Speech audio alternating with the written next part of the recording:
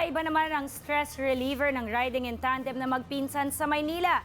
Yan ang maghamblot ng bag pero mukhang mas lalo silang mai-stress matapos makalaboso ng mga otoridad. Umaaksyon si Jen Calimo.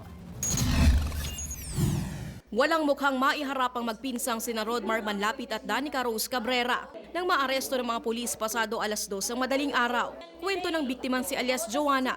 Naglalakad siya sa Faura Street nang biglang hablutin ng mga sospek na sakay ng motorsiklo ang kanyang shoulder bag.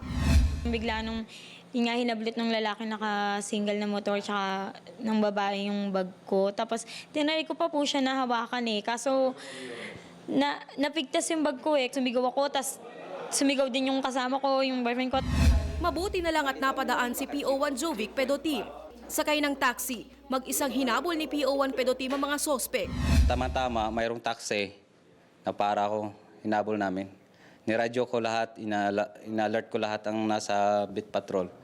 So, ang nakasabulan namin, nakarating kami sa Luton.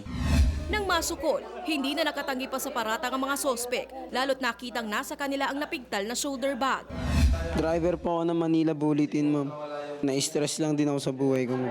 Paano kami ala ka? Minom po. Uminom lang po kami dun. Naglabas lang po ako ng sama ng loob sa tatay ko. Ayoko na po siya maging magulang. Kakasuhan ng robbery snatching ang mga sospek. Umaaksyon. Jen Calimon, News 5. Be sure to come back. Use 5 everywhere. Copyright 2016.